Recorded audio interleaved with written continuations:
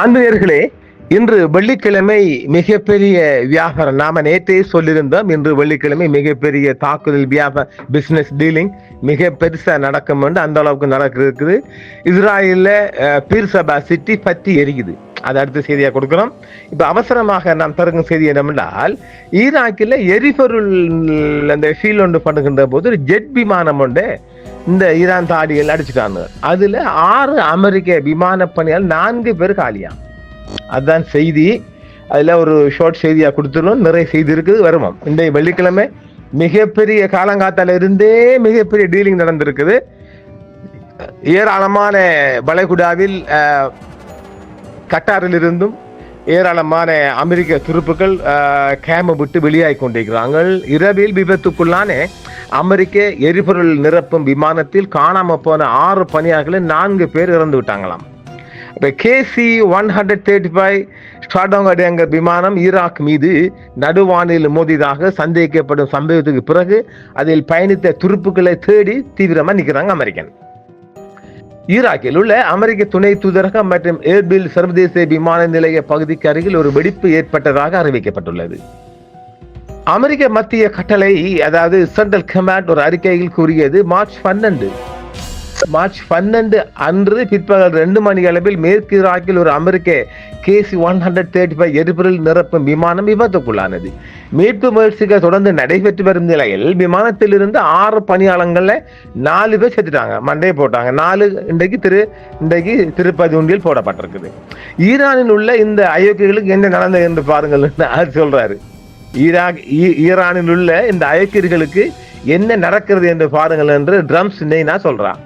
Iran மீண்டும் துபாயை தாக்குகிறது. இன்றைக்கு வெள்ளிக்கிழமை காலங்காத்தால இருந்து எரியும் வானளாவிய கட்டிடங்களை தூண்டுகிறது. அங்கோட ஒரு பினான்சியல் பில்டிங் ஒன்று நாசமாயிடுச்சு. அப்புறம் IMF பில்டிங் ஒன்று நாசமாயிருக்கு. இப்படி அடி சாத்துறாங்க.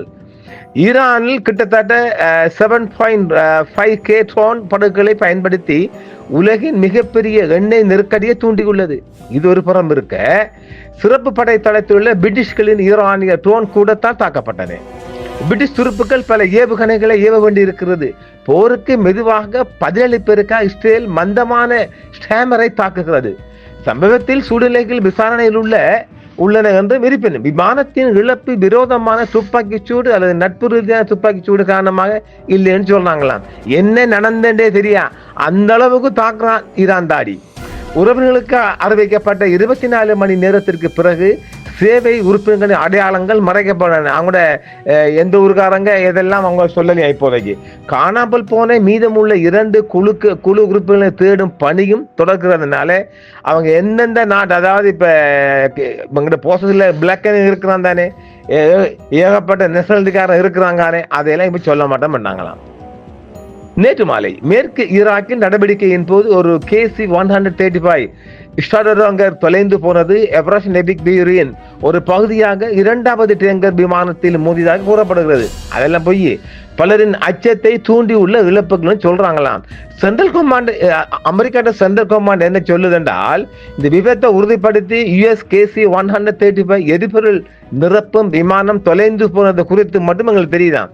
சும்மா காணாம போறது என்னங்க இது? நம்ம சின்ன பசங்க கையில 5 பைசா 10 பைசா காயின்ஸை கொண்டு போற மாதிரிங்களா? நல்ல, அதாவது இந்த தவளை வாங்கி நிற்கிறான், அது இந்த நெய்னா பொய்ய சொன்னா அதுக்கு மேலே ஸ்ரீலங்கா ராணுவம் வந்து அவனும் சொல்லிட்டே இருக்கிறானுங்க. ஒரு காலத்துல புலி அடிச்சு அதை ஒன்றும் இல்லைன்னு சொல்லு ஸ்ரீலங்கா ராணுவ ஊடக பேச்சாளர். அந்த மாதிரி தான் நெய்னா நாக்கூசாம அடிக்குது, போய் பார்க்கல. இதுல வேற ஈரான வெற்றி அடைஞ்சிட்டாராம். வெற்றி அடைஞ்சா அமைதியா இருக்கணும், மேல அடிச்சு சாத்துறான். அதையும் நாங்க சொல்லிக்கிறோம். இந்த சம்பவத்தில் 2 விமானங்கள் ஈடுபட்டன. ஒரு விமானம் மேற்கு ஈராக்கில் விபத்துக்குள்ளானது. 2வது விமானம் பாதுகாப்பா தரையிறங்கியதாம். விரோதமான துப்பாக்கி சூடு அல்லது நட்பு ரீதியான துப்பாக்கி சூடு அல்லன்னு தெரியாதாம். ஆனால் விமானத்தை வீழ்த்தியதற்கு பொறுப்பேதிலிருந்து ஈரானிய பினாமி குழு ஒன்று வெளிவந்தது. அவங்க ஈரான்காரன் புறப்படுத்துறான் தாடி. ஈராக்கில் இஸ்லாமிய எதிர்ப்பு ஈராக்கிய வான்பலியில் நுழைந்த போது ஸ்டார்டோங்கரை சுட்டு வீழ்த்தியதாக ஒரு அறிக்கை சொல்லலாம். எதிரி விமானங்களை தாக்கியதாக நம்பப்படவில்லை என்று அமெரிக்கா சொல்றாங்களாம். சொல்லுங்க. முதலில் இதுவரை குறைந்தது 7 அமெரிக்க துருப்புக்கள் இறந்துள்ளனர். 150 பேர் வரை காயமடைந்தனர் சொல்றாங்களாம். பார்க்கலாம். தெஹ்ரானில் ஆக்கிரமிப்புடன் மத்திய கிழக்கு தொடர்ந்து புகழி வருவதால் ஈரானில் போர் இப்போது ஈராக்கில் பரவி இருக்கலாம். ஈரானில் இருந்து ட்ரோன் தாக்குதலை தொடர்ந்து ஏர்பிலில் உள்ள ஒரு பிரெஞ்சு விமான தளத்தில் நேற்று ஒரு தீப்பிடித்திருக்கின்றது. இந்த தாக்குதலில் ஒரு சிப்பாய் இருந்ததாகவும் ஹெலிகாப்டர் தாக்கப்பட்டதாகவும் கூறப்படும் சம்பவத்தில் மேலும் 6 பேர் காயமடைந்ததாகவும் ஜனாதிபதி இமானுவேல் மேக்ரோன் தெரிவித்திருக்கிறார். மற்ற இடங்களில் ஈரான் துபாயின் நிதி மையத்தை கேம்பிலேஸ் ட்ரோன்கள் மூலம் குறிவைத்து தாக்கியதை அடுத்து ஐக்கிய அரபு எமிரேட்ஸில் பளபளப்பான வானலை தீ பிடித்தெறியுது.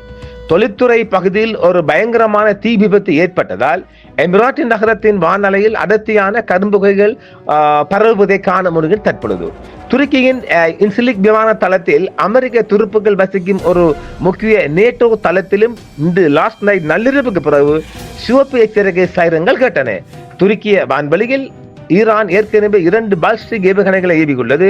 1/3 கண்டறியப்பட்ட பிறகு எச்சரிக்கைகள் எழுப்பப்பட்டிருக்கலாம் என்று சொல்றாங்க. அப்ப இப்ப நெய்னா சொல்லுது நாங்க போற முடிச்சிட்டோம். ஆனா இன்னும் தாடிகாரன் சாத்திக்கிட்டே இருக்கிறான். இப்ப பாருங்க, ஈராக்ல இருந்து ஆரம்பிச்சுட்டான். இது ஒரு புறம் இருக்கு. ஹிஸ்புல்லா, நம்ம மட்டக்களப்பு ஹிஸ்புல்லா இல்லைங்க, எங்கது பெய்ரூட் லெபனான் ஹிஸ்புல்லா போட்டு தாக்குறான். அதாவது ஈரான் தாடியும் லெபனான் தாடியும் சேர்ந்து போட்டு தாக்குறானுகள். முடியல, மிகப்பெரிய சேதங்கள் கவுண்டிங் பண்ணி கொண்டிருக்கு. அதை நம்மளும் சேர்த்து உங்களுக்கு இதற்கு பின்னால் வருகின்ற காணொலியில் தருவோம். ஆனால் இப்பொழுதோ அடுத்த செய்தியாக என்ன வருகிறது, இவங்கட இந்த இஸ்ரவேல்ல பீர் சபா சிட்டி நினைக்கிறேன். ஆமா, ஈரான் இஸ்ரவேல் போர் நேரடி புதுப்பிப்பு சொல்ல போனால் பீர் சபாவில் உள்ள இஸ்ரேலிய ராணுவ தளத்தின் மீது ட்ரோன் தாக்குதல்கள் நடத்தி அங்கு பற்றிருந்து கொண்டிருக்கு ஈரான் உரிமை கோருது. ஈரான் இஸ்ரேல் போர் புதுப்பிப்புகள் சொன்னால் படுகொலை செய்யப்பட்ட அயதுல் அலி கமேனியின் மகனான ஈரானின் புதிய உச்ச தலைவர் முஸ்தபா கமேனி தனது முதல் அறிக்கையில் அமெரிக்காவை எச்சரித்தார். அதன் தியாகிகள் மரணத்துக்கு பழிவாங்குவோம், அதே நேரத்தில் மத்திய கிழக்கில் உள்ள அதன் தளங்களை மூடுவதாக அமெரிக்காவை அச்சுறுத்தியது. பிற்பாடு இந்த தாக்குதல் நடைபெற்று வருகிறது. அதில் ஒன்று தெஹ்ரான் கூறுவதால் அமெரிக்க இஸ்ரேல் கூட்டு போர் 14வது நாளை எட்டியுள்ளது. இதற்கிடையில் ஹார்முஸ் ஜலசந்தி மூடப்படுவதும் எண்ணெய் மற்றும் இயற்கை எரிவாயு விநியோகத்தை பாதித்துள்ளதும் உலக வரலாற்றில் மிகப்பெரிய விலையேற்றத்தை கண்டிருக்கின்றது.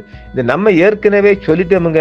இப்போது இன்னொரு சம்பவம் வந்து கொண்டிருக்கு. என்னென்றால் இன்று உலக பரப்பில் நம்ம ஏற்கனவே சொல்லியிருக்கிறோம், ஈரான் தாடிகளை அடக்குவதென்றால் ஒரு அணுகுண்டை தூக்கி போடணும். வேறு மாற்று வழி இல்லை.